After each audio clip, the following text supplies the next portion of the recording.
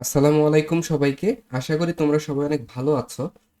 সামনাত academy এর basic English grammar সিরিজে তোমাদের সবাইকে স্বাগত। আজকে আমরা ইউজ টু এর বেশ কিছু ব্যবহার সম্পর্কে শিখব। সো চলো শুরু করি।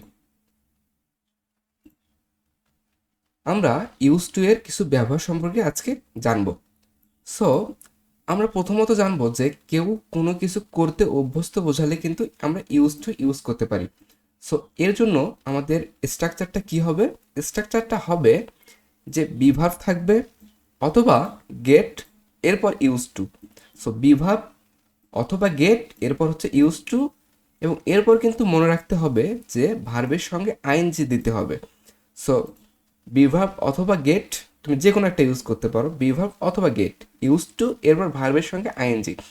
আমরা যদি একটা এক্সাম্পল দেখি যে আই অ্যাম, এই দেখো তোমাকে বললাম যে বিভার্ব অথবা তুমি গেট ইউজ করতে পারো। সো এখানে তুমি I am use to walking long distance এটাও দিতে পারো, অথবা তুমি কিন্তু অ্যাম না দিয়ে I get use to walking long distance, so যে কোনো একটা দিতে পারো। হয় তুমি অ্যাম দিবা অথবা তুমি গেট দিবা, যে কোনো একটা দিবা, ঠিক আছে? সো এটার অর্থ কি দাঁড়াবে? এর অর্থটা হচ্ছে আমি অনেক দূর হাঁটার সাথে অভ্যস্ত। সো আমি যদি অর্থটা এখানে লিখে দেই, আমি এখানে লিখে দিচ্ছি। সো কি দাঁড়াইলো? যে আমি অনেক দূর হাঁটার সাথে অভ্যস্ত। সো এর জন্য তুমি কিন্তু গেট ইউজ টু অথবা অ্যাম, অথবা তোমার হচ্ছে যে সাবজেক্টের সঙ্গে যে ভার্ব হবে সেটা তুমি ইউজ করবা, বিভার্ব অথবা গেট। এরপর ভার্বের সঙ্গে আইএনজি দিতে হবে, সো ওয়াকিং, ঠিক আছে? সো এরপর হচ্ছে দ্বিতীয় এক্সাম্পলটা হচ্ছে she is getting use to living in the city. So এই এক্সাম্পলটার দিকে একটু খেয়াল করো যে এখানে তুমি ইজ দিয়েছ। সো শি ইজ, তারপর হচ্ছে getting use to living in the city. So এখানে লিভিংটা হচ্ছে ভার্ব, সো ভার্বের সঙ্গে আইএনজি যুক্ত হয়েছে। সো এর অর্থটা আমরা দেখব। এর অর্থটা কি? এর অর্থটা হচ্ছে সে ধীরে ধীরে শহরে বসবাসে অভ্যস্ত হয়ে যাচ্ছে। তো আমি এর অর্থটা হচ্ছে এখানে ব্র্যাকেটে দিয়ে দিচ্ছি। সে ধীরে ধীরে শহরে বসবাসে অভ্যস্ত হয়ে যাচ্ছে, অর্থাৎ কোনো কিছু করতে অভ্যস্ত হয়ে যাচ্ছে বা কোনো কিছু করতে অভ্যস্ত। এই ক্ষেত্রে তুমি কিন্তু ইউজ টু ইউজ করবা। ইউজ টু সামনে হচ্ছে বিভার্ব অথবা গেট, এবং শেষে ভার্বের সঙ্গে আইএনজি মাস্ট দিতে হবে, ঠিক আছে? সো এরপর হচ্ছে অতীত অভ্যাস বোঝাতে। অতীত অভ্যাস অভ্যাস বোঝাতে সাবজেক্ট আসবে, সাবজেক্টের পর ইউজ টু প্লাস ভার্বের বেস ফর্ম, ঠিক আছে?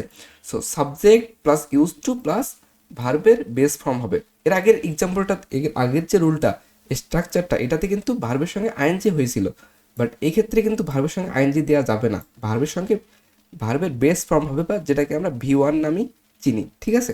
সো এক্সাম্পলটা হচ্ছে I use to read story books every night. I used to read story books every night. এর অর্থটা কি? এর অর্থ হচ্ছে আমি আগে প্রতি রাতে গল্পের বই পড়তাম। আমি আগে প্রতি রাতে গল্পের বই পড়তাম। আমি এক্সাম্পলটার অর্থটা হচ্ছে ব্র্যাকেটে দিয়ে দিচ্ছি, ঠিক আছে? সো আমি আগে প্রতি রাতে গল্পের বই পড়তাম। এক্ষেত্রে ইউজ টু এরপর এরপর হচ্ছে রিড রিড, এটা হচ্ছে ভার্বের বেস ফর্ম হয়েছে, ঠিক আছে? সো ভার্বের বেস ফর্ম হয়েছে, সো আমি এখানে দিয়ে দিলাম, ঠিক আছে? এরপর হচ্ছে নেক্সট যে এক্সাম্পলটা, সেটা হচ্ছে he use to play football when he was young. He use two, দেখো সাবজেক্ট, এরপর হচ্ছে ইউজ টু বসছে, এরপর হচ্ছে ভার্বের বেস ফর্ম প্লে হয়েছে, ঠিক আছে? ভার্বের বেস ফর্ম এটা হচ্ছে প্লে।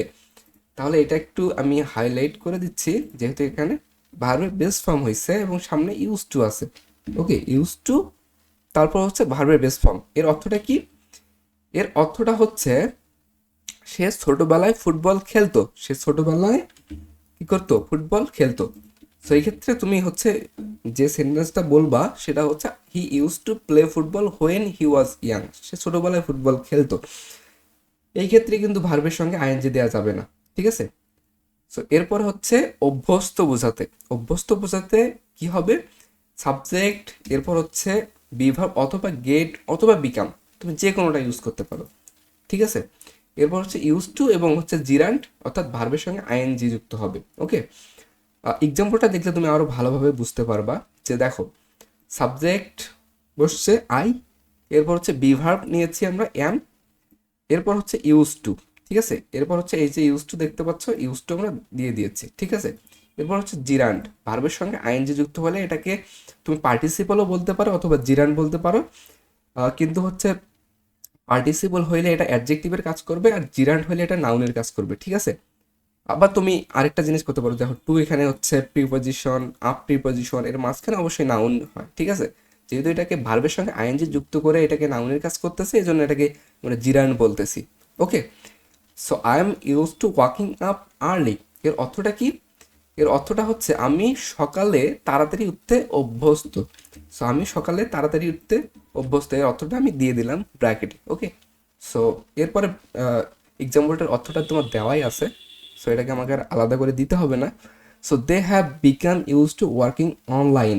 সো সাবজেক্ট, এরপর হচ্ছে বিভার্ব, বিভার্ব অথবা গেট অথবা বিকাম। সো এখানে যেহেতু হচ্ছে they have become use to working online, তারা অনলাইনে কাজ করতে অভ্যস্ত হয়ে গেছে। সো অভ্যস্ত বোঝাতে তোমরা ইউজ টু ইউজ করতে পারো। সো আবার একটু রিক্যাপ করে দিচ্ছি তোমাদেরকে। দেখো, কেউ কোনো কিছু করতে অভ্যস্ত বোঝাতে গেট অথবা বিভার্ব, এরপর হচ্ছে ভার্বের সঙ্গে আইএনজি যুক্ত হবে ইউজ টু এর পর। ওকে, অতীতে অভ্যস্ত, এখানে কিন্তু তোমার হচ্ছে বেশ কিছু বইয়ে বা বেশ কিছু টিচাররা কিন্তু তোমার হচ্ছে যখন এক্সাম্পলগুলো দেয় যে অতীত অভ্যাস বোঝাতে, সেখানে দেখবা যে স্মোকিং এর কথাটা নিয়ে আসে এক্সাম্পলের ক্ষেত্রে। সো এক্সাম্পলে দেখবা যে বেশিরভাগ এই ইউজ টু বোঝাতে স্মোকিং এর, যে আমি স্মোকিং এ অভ্যস্ত ছিলাম, এরকম এক্সাম্পল দেয়। বাট আমার কাছে এটা মনে হয়েছে একটা রুচি সম্মত না। সো আমি এই এক্সাম্পলগুলোকে সুন্দরভাবে দেওয়ার চেষ্টা করেছি। সো এই তো, এই ক্ষেত্রে সো অতীত অভ্যাস বোঝাতে ইউজ টু এর পরে হচ্ছে ভার্বের সঙ্গে আইএনজি যুক্ত হবে না, ভার্বের বেস ফর্ম হবে। এরপর হচ্ছে লাস্টটা হচ্ছে বিভার্ব অথবা গেট বা বিকান, এরপর হচ্ছে ইউজ টু এবং এরপরে হচ্ছে জিরান্ড অর্থাৎ ভার্বের সঙ্গে আইএনজি। সো এই তো, ধন্যবাদ সবাইকে, দেখা হবে নেক্সট ক্লাসে ইনশাল্লাহ। আর তোমার ক্লাস নোট, অর্থাৎ তুমি যদি ক্লাস নোট করে থাকো, সো আমাদের ফেসবুক গ্রুপটা সামনাথ একাডেমি স্টুডেন্টস গ্রুপ, এই গ্রুপে পোস্ট করতে পারো। আর নেক্সট ক্লাসে ইনশাল্লাহ আমরা হচ্ছে এসএসসি 2026 অথবা এইচএসসি 27, ঠিক আছে, এর জন্য আমরা হচ্ছে ইংলিশ গ্রামারের রাইট ফর্ম অফ ভার্বের ক্লাস নিয়ে ইনশাল্লাহ হাজির হব।